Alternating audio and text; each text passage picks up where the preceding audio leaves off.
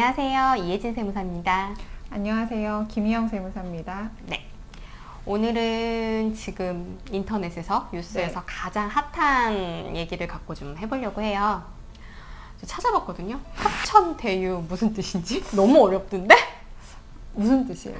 무슨 하늘을 뭐 이렇게 그게 이 이름 지으신 분이 동양 철학가를 나오셨대요. 그래서 이게 주역에 있는 무슨 뜻이래요. 하늘을 돕는 자가 뭐 크게 대성한다 뭐 이런 뜻인데 네 아주 좋은 뜻인가 봐. 회사 이름 우리도 화천대유로 바꿀까?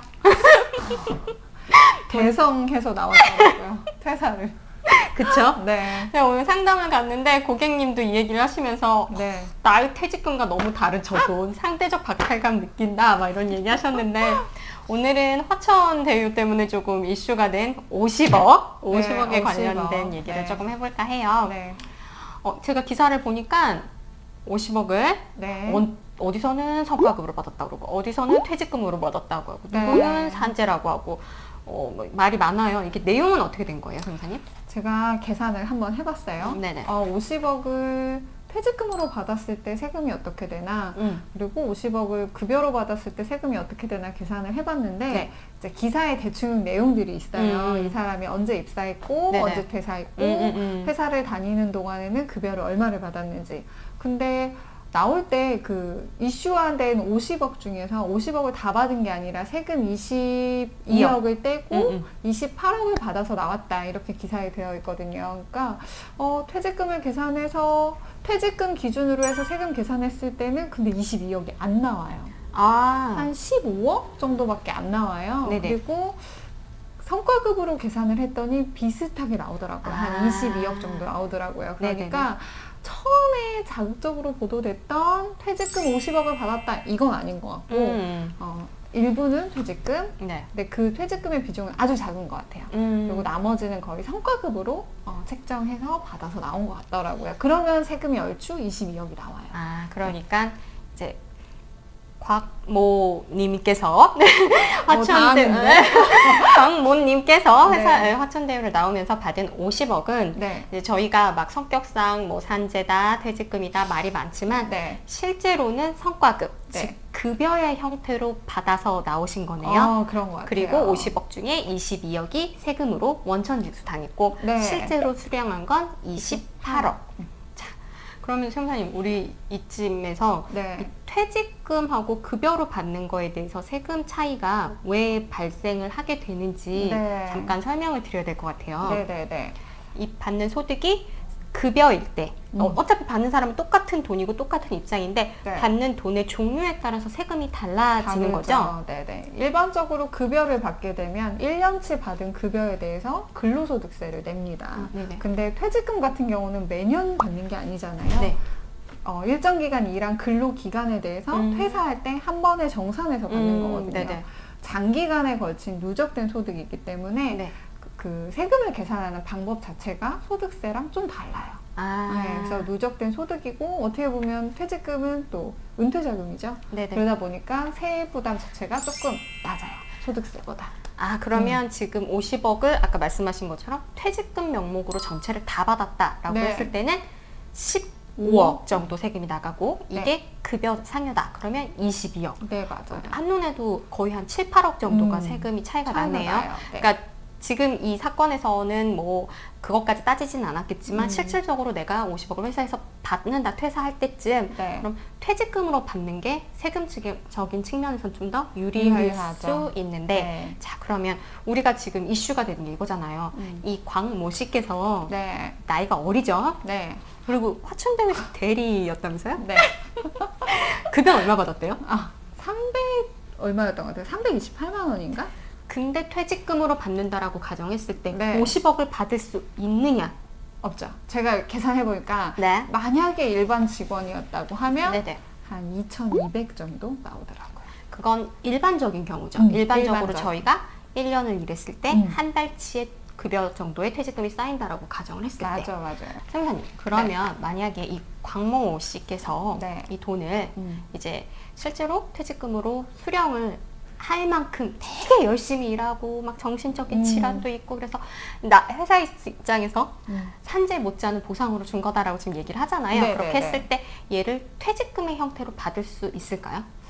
사실 근로자 같은 경우는 퇴직금에 최소한 이 정도는 줘야 돼 라고 하는 근로자 퇴직급의 보장법이 있긴 하지만 최대한 이 정도는 줄 수 없어. 맥스는 없는 거거든요. 그러니까 사실 받을 수 있기는 하죠. 그러니까 한도가 존재하진 않는 않아요. 거죠. 네네네. 다만 퇴사를 하는데 이제 광모 씨만 50억을 받거나 네. 아니 다른 직원들은 똑같은 대리급에 있는 직원들은 퇴직금을 2, 3천 받았는데 이분만 50억을 받는다. 이렇게 되면 그렇게 되면 이제 특수관계자한테 퇴직금을 많이 지급했다. 근거 없이. 그래서 어려운 말로 부당행위 계산의 부인이라고 하죠. 그래서 아예 준 돈 자체가 비용으로 법인 입장에서 인정이 안 될 수 있어요. 근데 직원하고 회사는 특수관계자입니다. 그래서 이유 없이 퇴직금을 많이 줄 수도 없어요. 그러니까 정당한 이유가 있다라고 하면 줄 수는 있는 거네요. 한도가 맞아요. 존재하지 않으니까. 않으니까. 자, 네네네. 그러면 우리 광모 씨께서 네. 지금 현재 이 회사에 대리로 입사했다가 퇴사를 하셨어요. 한 5, 6년 근무했으니까 뭐 과장이었겠죠? 제가 등기임원이라는 얘기는 기사에서 못 본 것 같아서. 등기임원 아니었던 것 같아요. 그쵸. 네네. 만약에 근데 등기임원이다. 네. 우리가 임원이라고 네. 불리우는 사람들 있잖아요. 네. 그럼 등기임원으로 근무를 하다가 퇴사를 했다. 그 급여는 한 300 받았다. 네. 50억 퇴직금으로 받을 수 있어요? 퇴직금으로 회사에서 지급은 하겠지만 받는 사람 입장에서는 한도가 있습니다. 임원 같은 경우는. 그래서 어떻게 보면 옛날에 우리 임원분들이 이게 아까 말씀드린 것처럼 세금 계산에 있어서 소득보다는 퇴직금이 세금 부담이 적다는 점을 활용해가지고 정관에 본인의 퇴직금을 좀 높게 설정해 놓는 경우에 네.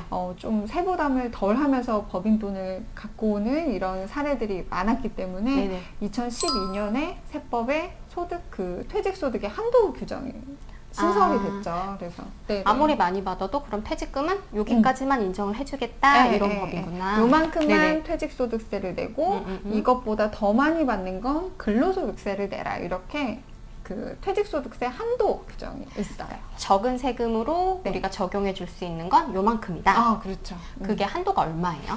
그 한도가 사실은 2012년에 생겼을 때만 해도 3배였거든요. 그러니까 연봉의 그쵸. 세배인가요? 아니면 월급? 임원 같은 경우는 조금 규정이 특이해서 직전 3개년도치 평균 연봉의 네. 10%의 이제 배수를 적용한다 그러면 3배까지는 받을 수 있었는데 네. 또 개정이 돼서 지금 현재는 2배입니다. 아, 2배. 그러면 그냥 알기 쉽게 그냥 일반 직원보다 한 2배? 그렇게 생각하시면 될 것 같아요. 일반 직원보다 3배. 네. 그게 한도고 네. 그걸 넘어가면 급여. 높은 세율인 급여, 소득세가 부과가 된다. 네. 즉 만약에 광모 씨가 이거를 뭐 상여가 아닌 퇴직금으로 받았다라고 하면 받을 때 원천징수되는 세율이 네. 급여보다는 낮을 수 있었던 거고 그렇죠. 그리고 받을 수 있느냐 없느냐의 원초적인 문제로 들어가면 네. 이게 정말 이명도 오고 정신적인 질환이 올 정도로 힘든 일이었다라고 네. 했을 때 근로자면 받을 수 있는 한도가 정해지지 않았기 때문에 받을 수 있는데 네. 임원인 경우에는 연봉이 우선 기본적으로 높아야 이 맞아. 많은 퇴직금을 받을 수 있다. 이런 얘기네요. 나머지는 다 소득세로 계산이 됐겠죠?